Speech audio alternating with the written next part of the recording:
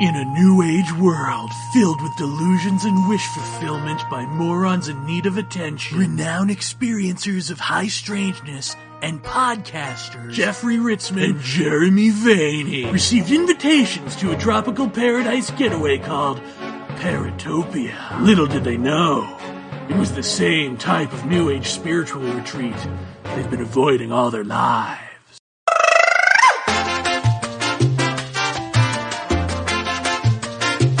Don't be shy. Zebras are God's way of laughing at race. Scrapple is a nonsensical food. Come on, you can shake it. Yeah.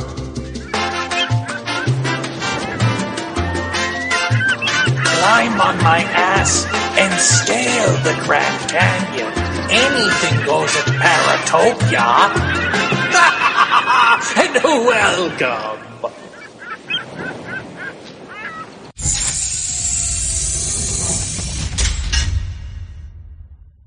So, Jeff Ritzman, we had a guest this week. Very good guest. We recorded a fine show. It was a fine show. And then I had technical difficulties. Yes. And the recording is completely unlistenable. So, we're going to record that again later this weekend, and we'll have him on next week. That would be... what's his name? Brent Spiner? Is that who we had? I thought it would be Christopher Walken. Ah, right. Well, whoever we had, he'll be on next week. So this week, we're just going to wing it. Brent Spiner. but unlike most shows where people wing it, this one will almost feel structured. In fact, I would like to start off with by reading you a passage from a book called Dark Cosmos in Search of Our Universe's Missing Mass and Energy by Dr. Dan Hooper. All right. Here on page 10. I'm very far into the book, as you can tell. He says this: imagine a particle, for example, that is not affected by either the strong nuclear or electromagnetic force, but only by gravity and the weak nuclear force. Such a particle exists, and we call it the neutrino. Neutrinos are very light and fast, and because they do not feel the strong nuclear or electromagnetic force, they scarcely interact with ordinary matter. Neutrinos can often travel through the entire Earth without interacting with it or anything on Earth, such as telescopes. There are hundreds of billions of neutrinos traveling through your body every second of every day, entirely undetected, entirely invisible. The neutrino's elusiveness leads to a question crucial to understanding the composition of our world. If there were enough neutrinos in the universe, could they outweigh all of the more familiar stuff? Could there be more total mass in neutrinos than in atoms? Could there be more mass in neutrinos than in baseballs, automobiles, planes, and stars put together? Could our visible world really be only a small subset of the physical reality that is our universe? Are we just a pocket of light in an otherwise hidden universe?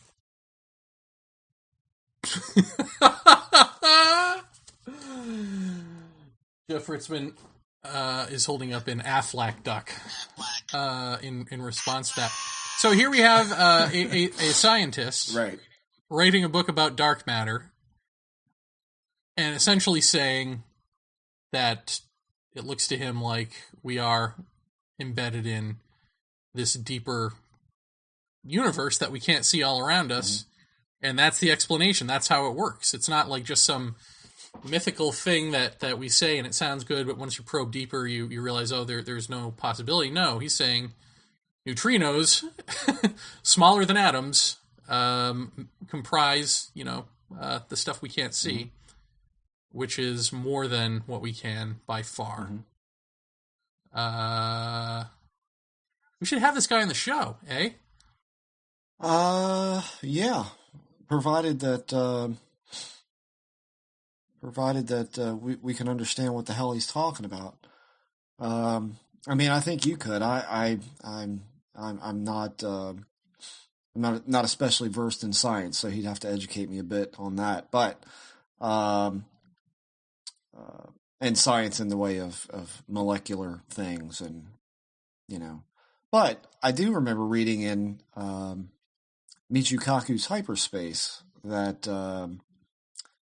that what we see of the world as it is that the atomic world looks completely different than that, which again kind of speaks to that same thing that what we see is I think we already know this, that the visible light spectrum that we can see is definitely not all there is, not by a long shot. In fact, we're rather numb to the whole of reality with what we have. We simply don't have the hardware to do that. Henceforth, why we need infrared and things like that to see things that are otherwise invisible to us in the biological sense of things. Well, I find it interesting that he says they don't have to interact with the Earth or anything on it. They don't have to. They can, is the implication. What would beings from there look like? The beings that we're talking about, perhaps? Wow. I don't know. Could beings be comprised of these things? Is that what we're getting at here? Is that? I feel like I've fallen asleep in science class. So, well, in a way, that isn't that all another dimension is, or when we talk about interdimensional stuff, isn't it really just a dimension comprised of particles and waves or whatever that we can't see? Yeah. Waves. But that seem to be indicated by other things, seem to be indicated by, just like, when you talk about black holes and things like that, it's like, how do you know there's a black hole? Well, it's indicated by how the objects around it, right, ostensibly it, are behaving. Right. So can't we say the same thing about this phenomenon? That how do we know? How do we know it's there? How do we know what it isn't?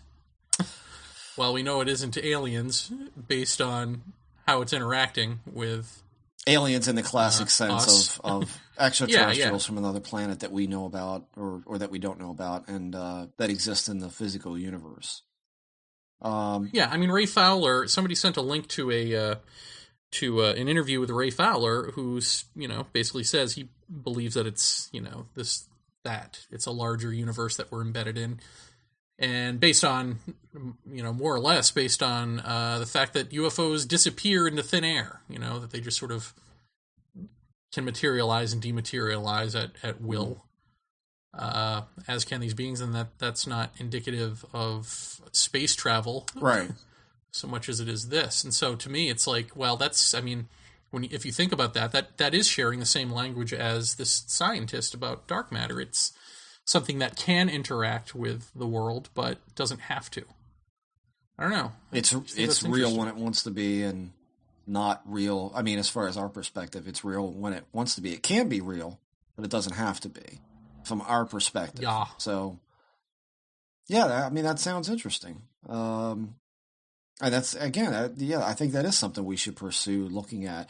I guess my other question at that point is, the other. We've got that, into a workable discussion there, but how would something now taking that theorem and looking at that particular subset of what we're talking about, how does something like that then apply itself to a DMT experience? If that is in the realm of things, are you then perceiving particles that aren't there, or? Aha! I'm glad you asked that, Jeff. I'm glad you asked that. I don't know if you looked at, somebody had posted a video of a talk by Jill Taylor, Stroke of Insight. She is a brain doctor. What would that be? A neurosurgeon, physicist, neuro something? Okay. Neurologist. Neuro doctor, yeah. Neurologist, yes. Neurotic. Neuro doctor. Neurotic. In any event, so she was, quote-unquote, fortunate enough to have had a stroke while being a brain doctor, and recognized that, essentially her right brain took over. Her left brain shut down. Right brain being your creative, abstract thinking, left brain being your logical brain. And everything she describes with the exception of some of the sounds, like people talking to her sounded like dogs barking, sort of. I haven't heard that, but all of the visual stuff that she says that happened is stuff that I've had happen during meditation experiences or whatever. I mean, all of it. And so what does that mean? And part of what she said was that she watched her body sort of it became particles. She knew that her body, like, she was looking at her arms and her hands, and they become the racing particles that make up her arms and hands. They were no longer her arms and hands, and she could hear her brain like talking to the body and saying, "Now you do this, now you do that, now you do that," and sort of sending signals. And it was sort of the surreal experience. She didn't realize she was having a stroke at this point. She just thought she woke up off, a little bit off. Wow. So I'm just wondering, is that not now? I take that information and I couple that with Charles Ledbetter, the alleged psychic or clairvoyant who discovered Krishnamurti when he was a little boy, and said that's the one. He also famously described quarks. He claimed he could see them, and he described them before they were known about. So, and then I think about the things that I see, the little dots of light and all that. And I wonder, that's you could describe that as quark-like behavior, I suppose. So is that it? Is it just a matter of switching over to the right hemisphere of your brain to be able to see these things that you can't normally see with your eyes? And if you add to that DMT created in the pineal gland or given to you artificially or through a plant or whatever, that's just probably an added layer of sight or insight. But it just dawns on me that we've got the tools to see this stuff now. It's just a matter of switching perspectives or switching halves of your brain to be able to see. Well, to take in the other part of the world, filtered by one half, the other part filtered by the other half of the brain. Maybe it's just that simple. Letting the dampeners get down. Yeah, maybe. My question would be, at that point, is why has this thing, or why does this particular pigeonholed phenomena, why does it manifest the way it does? Again, we can perceive things all we want. My question here is, how does let's say a DMT experience where one sees a saucer of some sort or some sort of flying object in the sky during a hallucinogenic experience, and then see a similar object in a non-psychedelic state or a completely lucid state of sobriety. How does that manifest from such a place as a psychedelic experience to a non-psychedelic experience and be available to everyone? That's the part that I get hung up on about this is that. I mean, get two sort of things about that. One is sort of a semi-answer or possibility, which is, just from saying here, which is that you, unbeknownst to you, your the way you're thinking, the way your brain is working, whichever the other half becomes dominant and you aren't aware of it.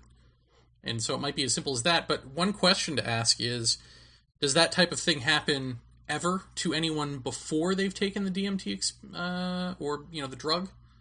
Or is it always after they've gotten used to that and started doing that? Because it might just start producing in your brain or reworking, synapses and all that fun stuff in your brain. And really the only way to sort of figure that out is if McKenna, for instance, had never touched a drug and saw the Adamski craft or something like that. Right, right. Well, I think he even struggled with that because he, as in the book he says, that he was standing on a bank where apparently they had all been sitting around eating mushrooms, what have you, the night before. And as he had been sitting there for hours, the visions that he was having faded away. And just for the simple sake that maybe no one has fully listened to that lecture or read the book, he saw, and he makes it very clear during the lecture that he was not wasted. He was insomniac. He couldn't sleep. So he stood up from the rock that he was sitting on and walked down a short incline to near the waterfall that was there at La Chorrera. And across the water, he saw some mist not very far away. And this mist began to separate into separate pieces, and they formed into lens-shaped clouds. And he said it was very strange because it all looked so very orchestrated, the way he puts it, as if nature were being controlled by something else besides Mother Nature. And these clouds then coalesced into a large cloud. It began to darken and swirl, and at that point, the disc is material out of this mist, and it and I think even more interesting than what he later says about it is that it basically flew right over top of him. It made a sharp turn and disappeared, or flew out of sight rather. It was, without a doubt to him, the Adamski disc, which he purely thought was a hoax. He knew was a 1937 Hoover end cap rigged up to look like a flying saucer. His question was, not only why does this phenomena cast doubt upon itself by virtue of how it manifests itself, but also he makes a really good point was it real? Because he was the only one to see it. During the beginning of the sighting of these clouds coalescing together, he looked back at the shack where everyone was sleeping, and he says, I wanted to run back immediately and try and wake someone up so that they could see what I was seeing and give me confirmation of what was happening. But I didn't want to take my eyes off of it. And what he says is that he had this wave of definite fear associated with it. And he said, at that point, it was when I sat down on the rock when I was shaking so bad I could barely stand. So he sat down, and as he's watching this, he says, I knew immediately it was going to take me. And he was deeply afraid of that. He said this wave of definite fear. And he says then, as it came closer and went over top of him, he realized it wasn't going to take him, and the fear subsided, and what replaced it was disappointment, which is an interesting way to feel about something like that. But his whole point in talking about that was, he watched this thing going from a very little bit of cloud into a rivet-studded aircraft, but he never attached the quotation of real to it because he really couldn't know. He didn't touch it. He didn't ping it with a rock. He didn't any of that. He said, real, who's to say? He watched it go from a little bit of cloud to a rivet-studded aircraft. Now, what was it more true to itself as, a cloud or aircraft? And this has been the problem with all of ufology for me, is that we can talk about all the landing trace cases and all of the sightings and the photographs. None of that makes it real to me. Real in the sense that you could touch it, you could hit it with a rock and it would ping. So I do wonder how real it is. And I agree with you that for a long time I thought, this thing responds to how much attention you pay to it. Nowadays, I kind of almost go in a tandem direction to that, to say that, you are the one who is changing your perceptions based on your thought. And you're becoming more aware of things that are already there. It's not that it's taking an interest in you. It's already there. It's already around us all the time. What you're seeing is what you're training your brain to see. And of course, any skeptic could get a hold of that and shred me to death about it. But that's more or less how I think about it these days, in that way.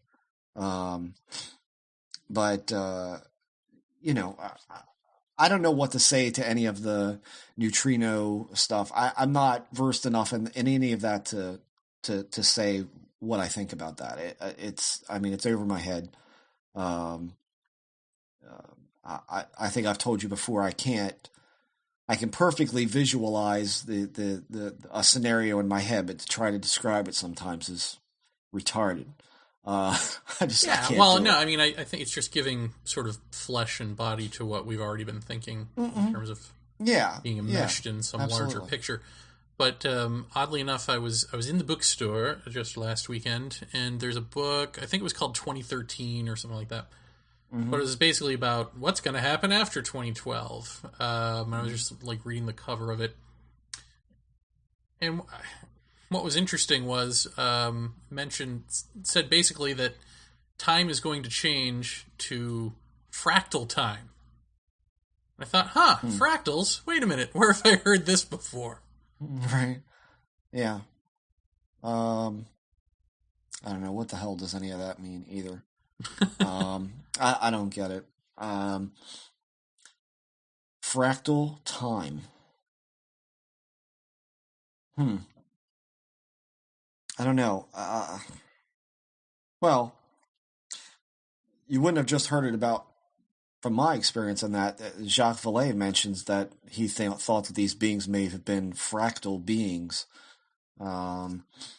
which I've heard him talk about before. So, and it's in his books.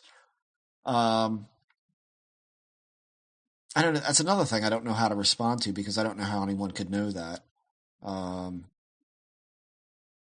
I don't, I'm not a big 2012 guy either.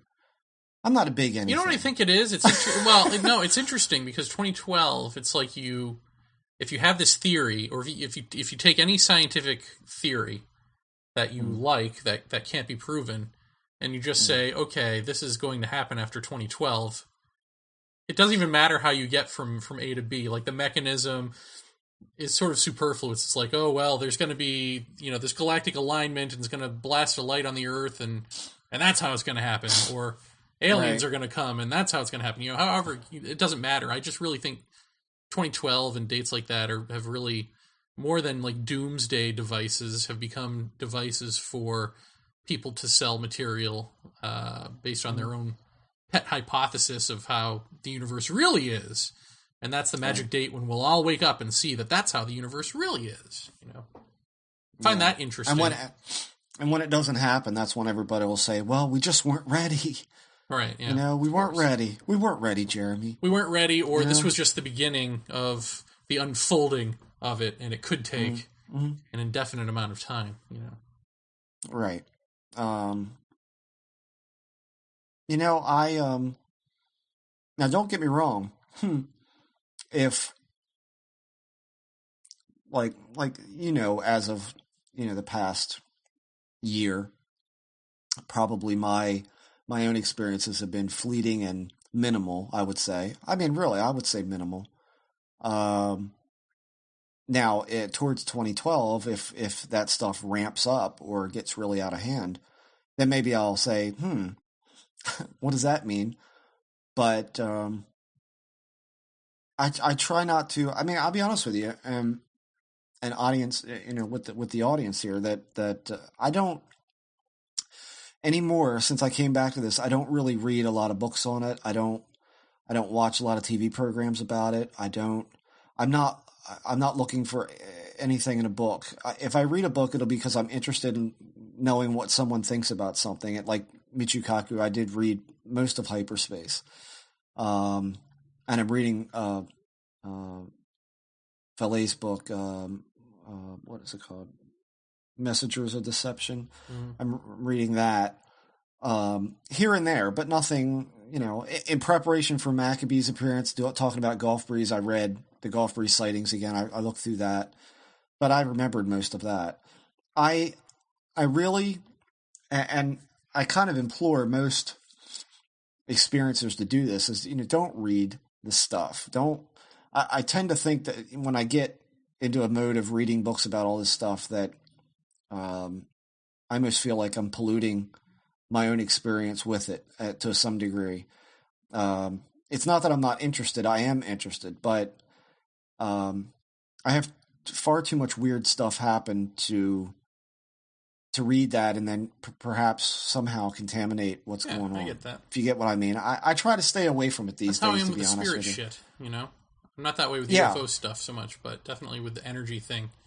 Because that was so fresh and new, it's like, okay, well, I better keep the purity of it. I have a chance. Yeah. With the UFO stuff, I had already contaminated myself, in high school reading books and whatever. Yeah. I've rarely had anything that's kind of coincided with anything I've read. But I don't know. I just, I'd rather just see it, and these days I think I'm dealing better with it. I don't find a lot of books saying anything new or different, and frankly, I don't want to be influenced by even the best people like Jacques Vallée.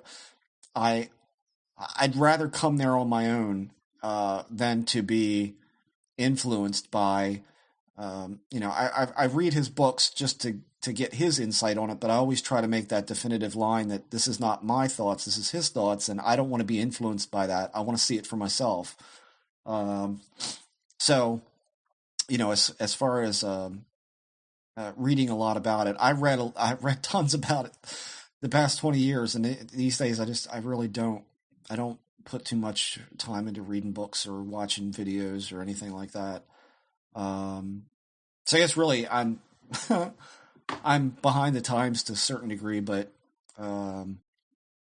I find that I largely disagree with a lot of stuff that gets written, so I don't read it. Yeah. But I do listen to podcasts. I do like listening to people talk about their experiences, and I like listening to researchers present what they found and all of that. So I do that, but as far as the other stuff, I just don't read a great deal about it anymore. So that's about all I have to say about that. Right. But I guess I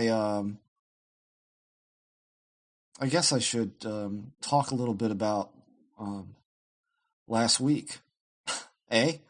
Why? Last week? Oh, yes, last week. Ah, yes, last week. It's all coming back to me now. So Jeremy can laugh at me some more? No. So unbeknownst... You made it so that I don't have to do my part in this. You're going to do your part, sucker. You're going to do your part. So we really wanted to have Dr. McKenna on, and he's I believe not in the country right now. He's doing some research in South America, I believe. But last week I ingested about a little over a gram of the dried mushroom, which my wife doesn't know about. You better keep that down, boy. She might listen to the podcast, but it was late. I talked to Jeremy on the way home from work, and I was just, I don't know, it was just one of those rare days that it was just everything went right, and I was in a really great mood. And I got home and I said, you know what? If any day was going to be the day, this would be the day. So I went home and sat and watched some TV, and then I got up and went out to my studio and mixed some into some orange juice and drank it. Mushrooms and OJ together again. Right. And I can't absolutely say it was a gram, but it might have been a little over, but it looked like about that much. And I sat there for about a good 40 minutes and nothing at all. And I should have these around too. Notes. Ridiculousness. I wasn't, this was one of those things where I just kind of did it because I was in such a good mood. I did kind of set the room, rather, well, not horribly dimly, but dimly, and sat on the floor. And I just kind of waited and waited and waited. It felt like forever. And then I think towards about the half an hour mark, I got almost like a remorseful type feeling. Sort of I didn't throw up, which was interesting because my belly is super sensitive to all kinds of different spicy foods and stuff like that. So I figured I probably would, and I was prepared. I had my car washing bucket next to me, but I didn't throw up, which was kind of weird. And I would say about the half an hour mark, maybe 35 minutes later, I felt definitely strange. Here I wrote somewhat disconnected from limbs. I was much into documenting the feelings, the physical feelings, which was the thing I was always curious about, like how bad does it get? The odd part was that there was this definite disconnect between my hand. That's the first thing I noticed was my left hand. I went to scratch my nose, and it's really hard to explain this. Like, I knew it was my hand, and I knew I was moving my arm, and I wasn't kind of like, like going to rub my nose. I didn't slap myself in the forehead or anything. It was just, everything felt like I can control it, but I just felt this definite, there's a certain connection you feel with your limbs that I didn't feel that. It was very, very strange feeling, like a disconnected feeling. And I, with that, immediately freaked out, and I stood up. And when I stood up, I noticed that my legs were the same way. It felt like I had no legs. If I didn't look at them, it didn't seem like they were really there. It was that kind of disconnect. And once I paced about the studio for a couple of minutes, I sat back down and tried to remember what Dr. McKenna said, that I ate the mushroom, and I knew that, because there is that, what's going on? What is this? There's definitely that kind of feeling. And the longer that I sat there, I shut my eyes, and I did see things. I saw some like poppy looking colors. I kind of like when you rub your eyes sometimes, like after just standing up, and you get those sparkle points of light type stuff, like, or when you strain really hard to pick something up, sometimes you see those little fleeting, they kind of come in like this and they glow up and then they go away. Saw things sort of like that. But when I opened my eyes again, and again, the room was dim, I told Jeremy, I said, there's snakes everywhere. But they weren't snakes. They were like tubes, like ribbed-looking tubes, and they were all over everything. I won't say that they were so vivid. They were, again, like that kind of overlay feeling about them. And they were over the door, the floor, the workbench, the canvas, the window, the curtains. Could you touch them? I touched the curtains, but nothing. There was no response to it. I mean, did your hand go through it? Did you have a visual of it pressing in with your fingers, or of your fingers going through it? No, they weren't.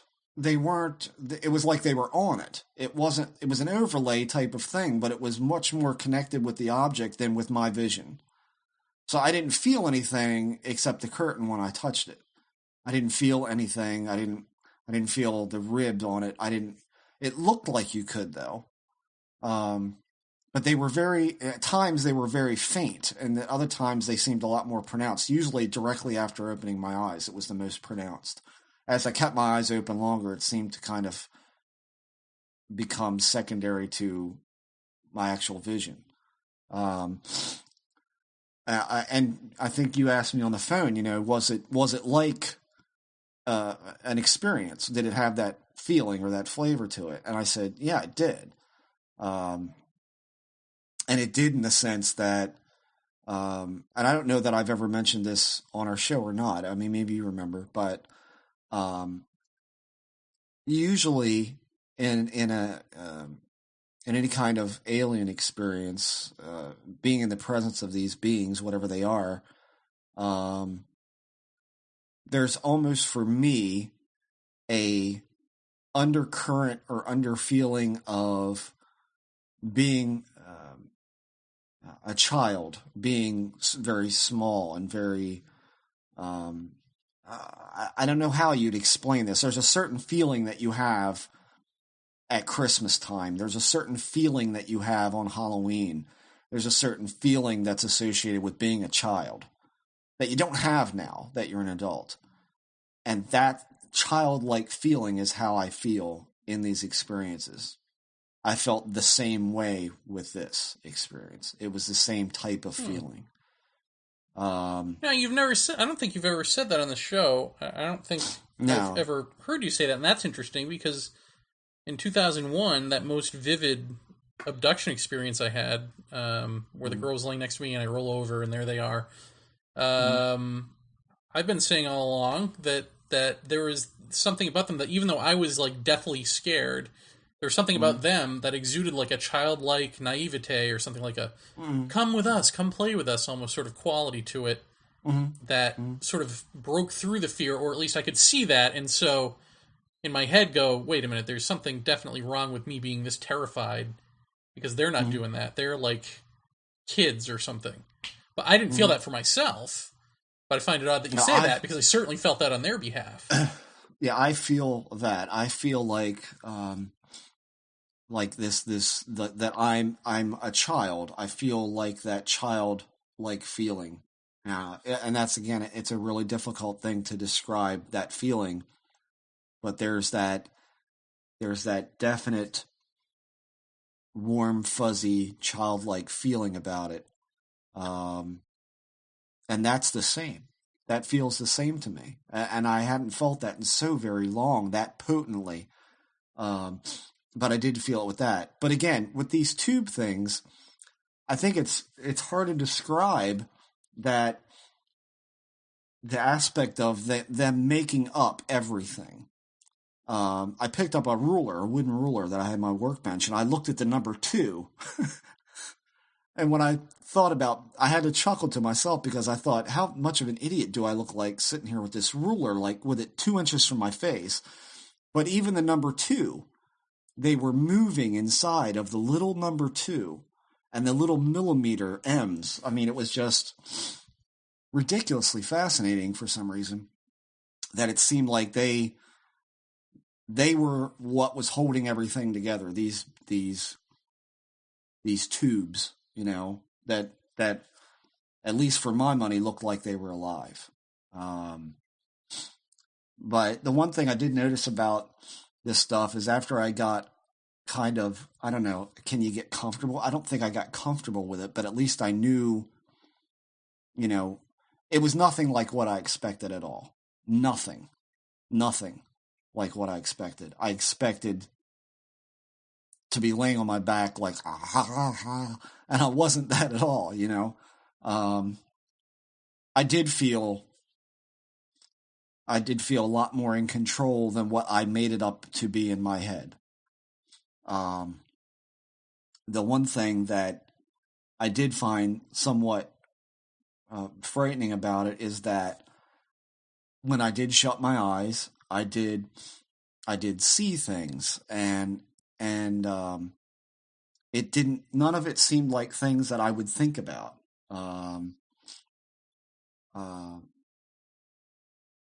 I know that, and this is the best way I know to describe it, is that when I thought of things with my eyes shut, I could see them, and it was very deep and rich, and it was like you can imagine anything in your head, but now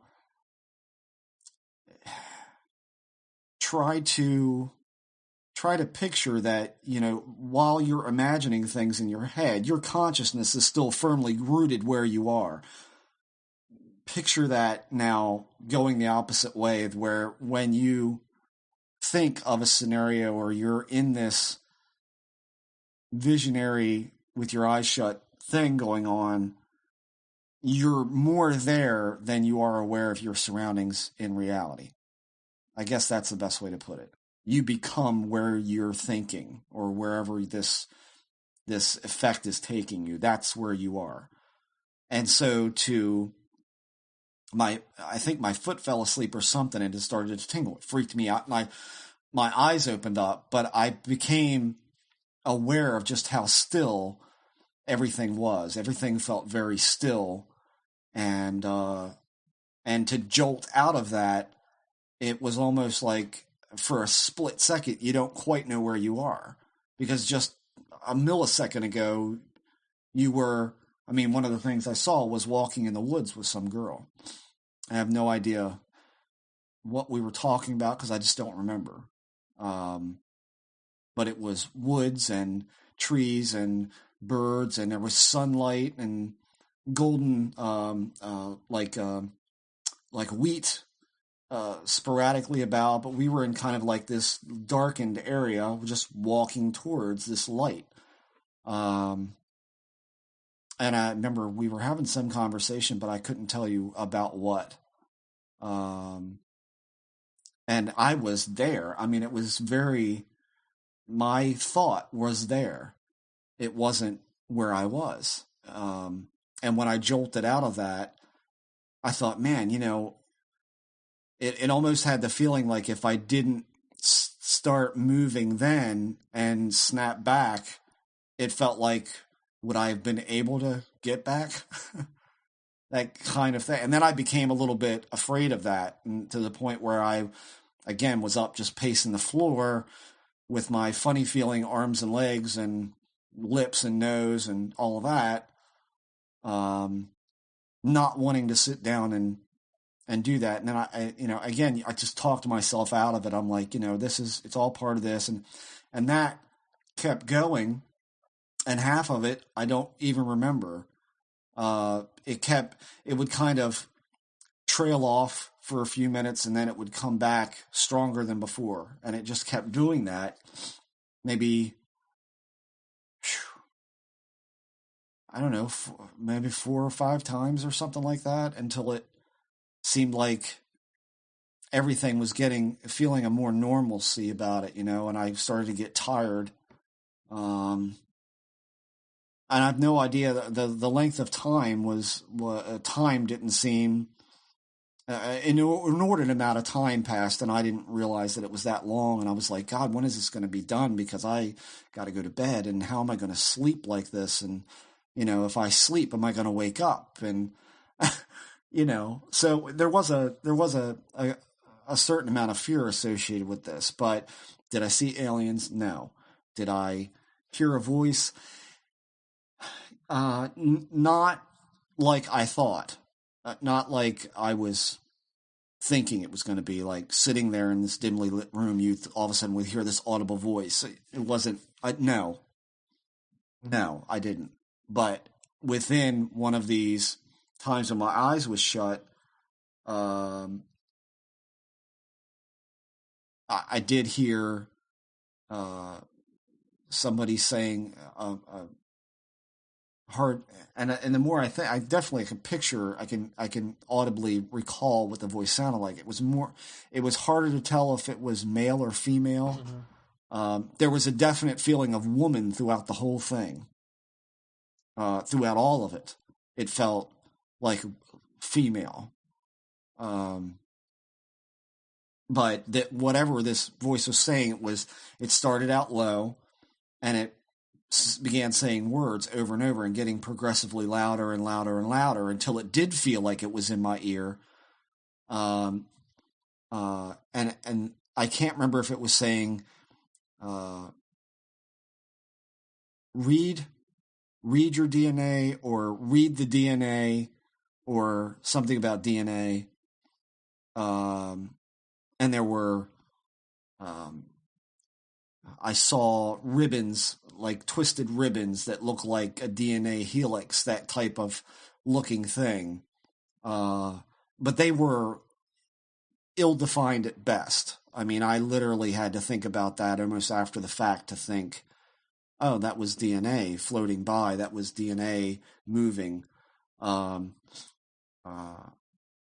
the whole thing, I told you some days before that I had again woken up late at night from sleeping. I woke up about 3:30, and I was seeing, when I shut my eyes, these bands, these overlapping bands, just overlapping each other over and over and over, and seeing the lightning flash. And I think I talked about that on Brandon's show. Right.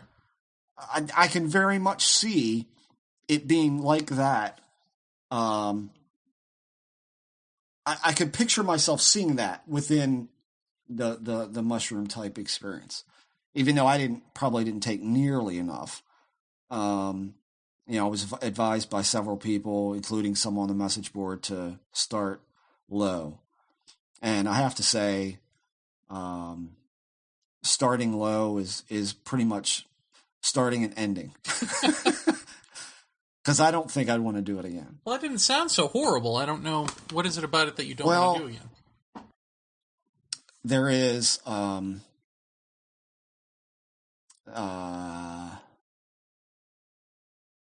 don't like the way it makes my body feel. That's the biggest thing. I don't like that disconnected with the limbs, because I have to admit that there were a couple of times where I went to move my arms, and I had a glass of ice water with me.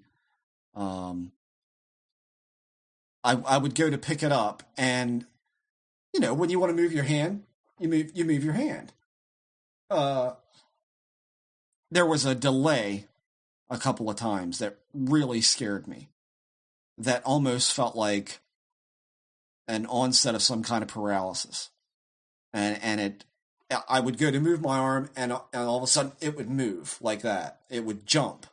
And I think it jumped due to my adrenaline saying, my hand's not moving. So I had that. I really didn't like that. That was probably one of the really bad things. And then I realized that later on, I think that might have been that I was a little bit tensed up, and I might have been hunching my shoulders or something like that. And maybe I was making myself, into that panic state a little bit. I think the other part is just that surrealistic feeling, that hyper feeling is very much present in this. That is for sure. That feeling of hyper reality, the feeling of, and you and everybody else at this point has heard me talk about the little fine particles that you see when you stare at a wall that seem to be vibrating and moving. That's all real present in that. I mean, real present. Maybe it was because I had the lights on the dim side, although I don't think it would have mattered either way. I didn't see, I didn't throw up, which was good because I was worried about that, but that didn't happen. But I was always on the verge of thinking, okay, when's that coming? When am I going to puke? And I didn't like how seemingly rapid that it onset. For me, it seemed to be whoosh, and there you are. And for somebody who's never done anything, that was a little bit startling, and I probably should have had someone with me, but I just didn't. So maybe it would have been better if I had. Maybe if you'd have been here, you would have been able to say, what's going on, or you would have been, poking me in the back, going, "What's that, Jeff? What's that? What's that?" Probably. But Ooh. Hello, Jeffrey. Yeah. Just do hand puppets. You know, I mean, I don't know. It didn't last nearly as long as I thought. I was thinking 4 hours or something like that, and it wasn't even close to that, I don't think. So it was interesting, I'll say that. And once it was over, I have to say I was pretty relieved and tired. I was very tired. And it took me a couple of days for my digestive system to return to normal. I'll say that. I had the runs really bad.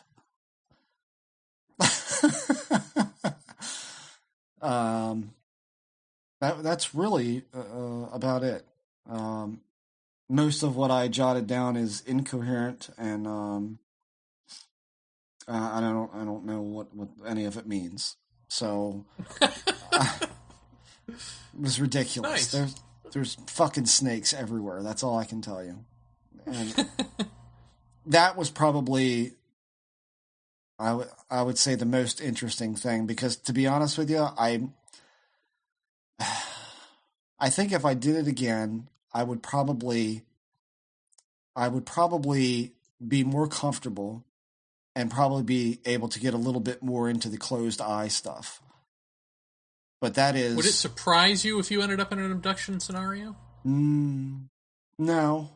I remember at one point getting up off the floor and saying, I got to go outside. And then once I got to the door, I was like, no, that's a really bad idea to go outside, because that, if the inside of this building is as ridiculous as I'm seeing it, when I stare at something, I mean, and here's the thing, the snake tube things, I didn't see those.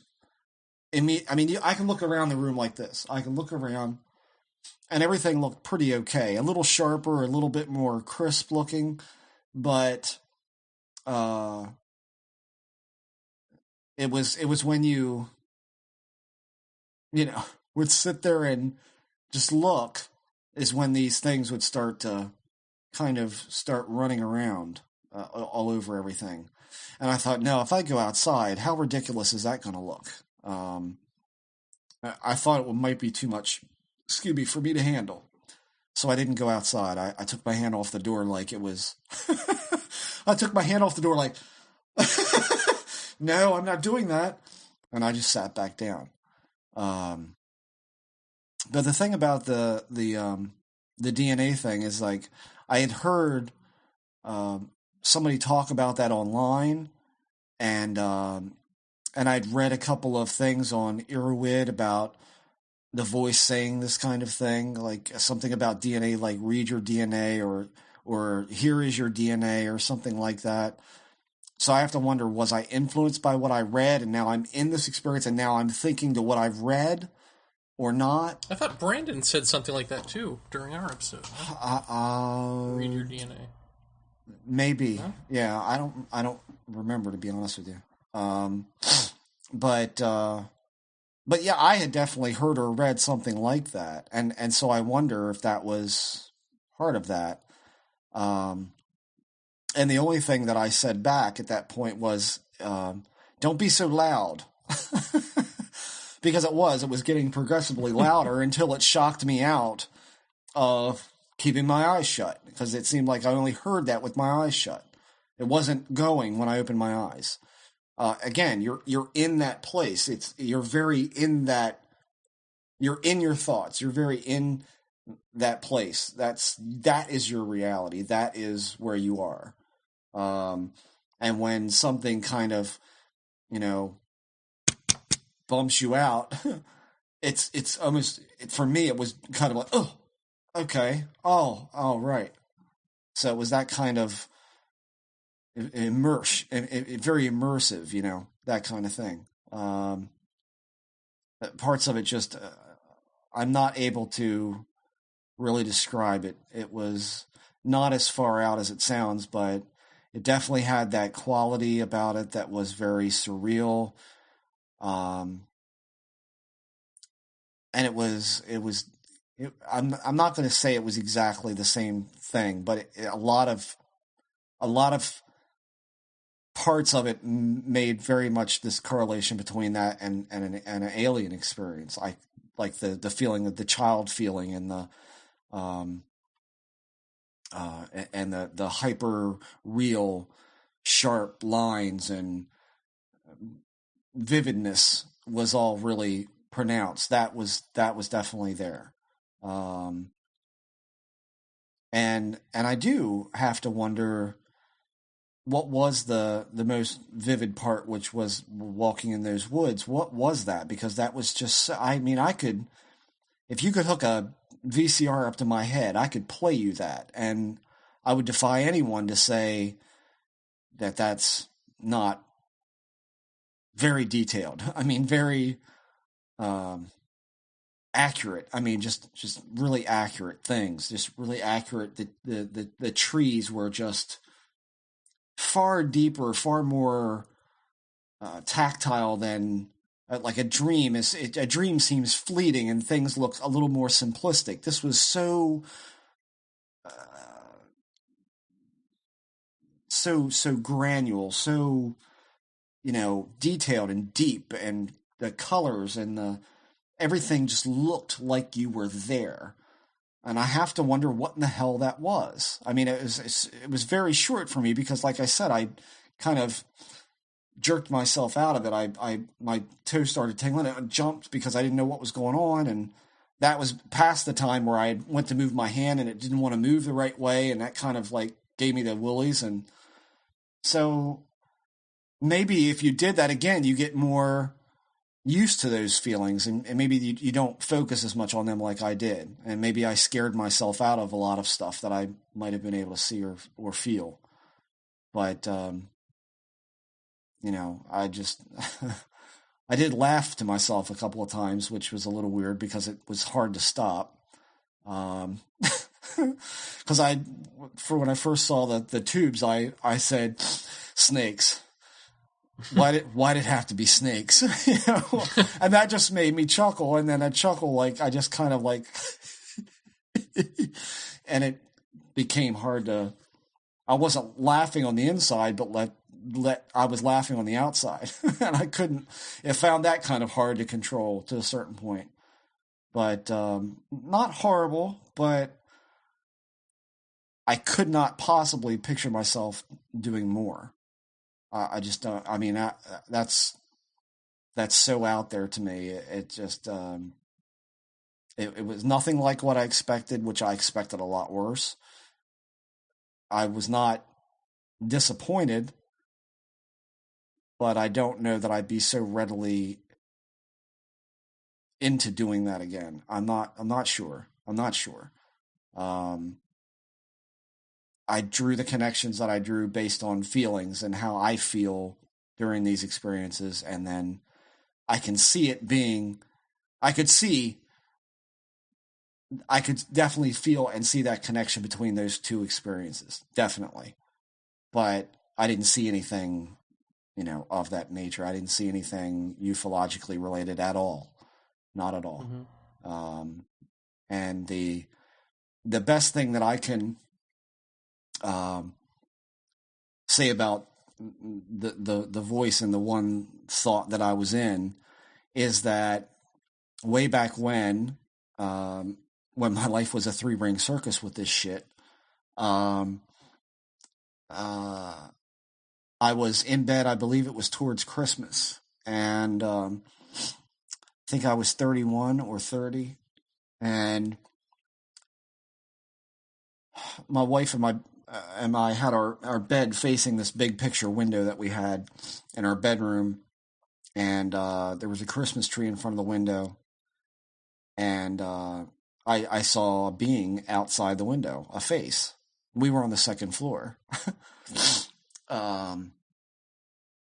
And immediately when I saw that face, my head began to drop as if I was going to sleep, but I was sitting up reading a book. And my head is saying, wake up, it's them, they're here, you need to get up. And then I lifted my head up real quick and it was gone. And I think sometime later that night, if I'm remembering correctly, is when I was in that kind of hypnagogic sleep area where I was almost asleep and almost not. This is one of the very few, sleep-related experiences that I can remember. Is I remember seeing two symbols in my blackness of my vision at the time. And these two symbols were coming together like this. And I think one was a purpley color and one was a blue color. And they were coming to kind of form one symbol together. And they were kind of complex. And I remember that as they came together, I had a really uneasy, bad feeling about it. And I remember hearing the number 33, someone saying 33, 33, 33, 33, 33, and it was getting louder and louder until it became so loud that it woke me up.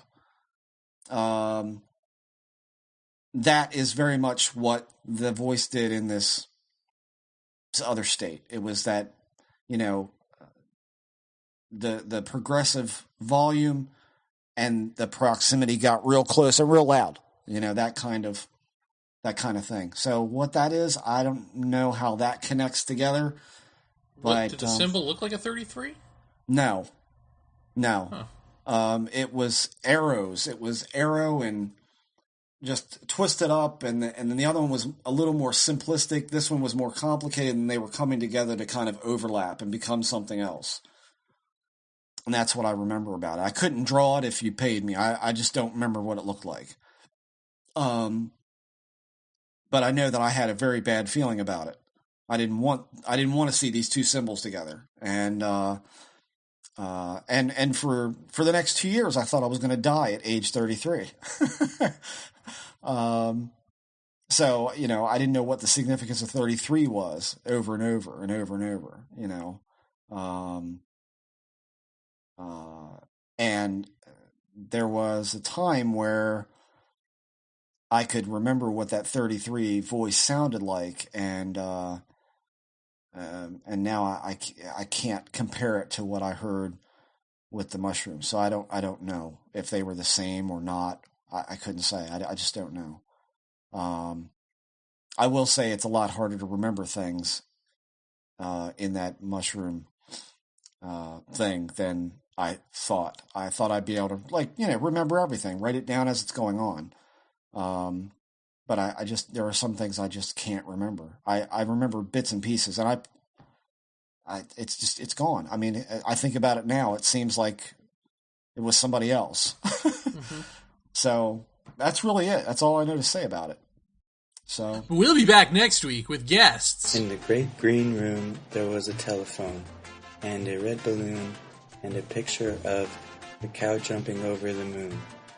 And there were 3 little bears sitting on chairs, and 2 little kittens, and a pair of mittens, and a little toy house, and a young mouse, and a comb and a brush, and a bowl full of mush, and a quiet old lady who was whispering hush. Good night, room. Good night, moon.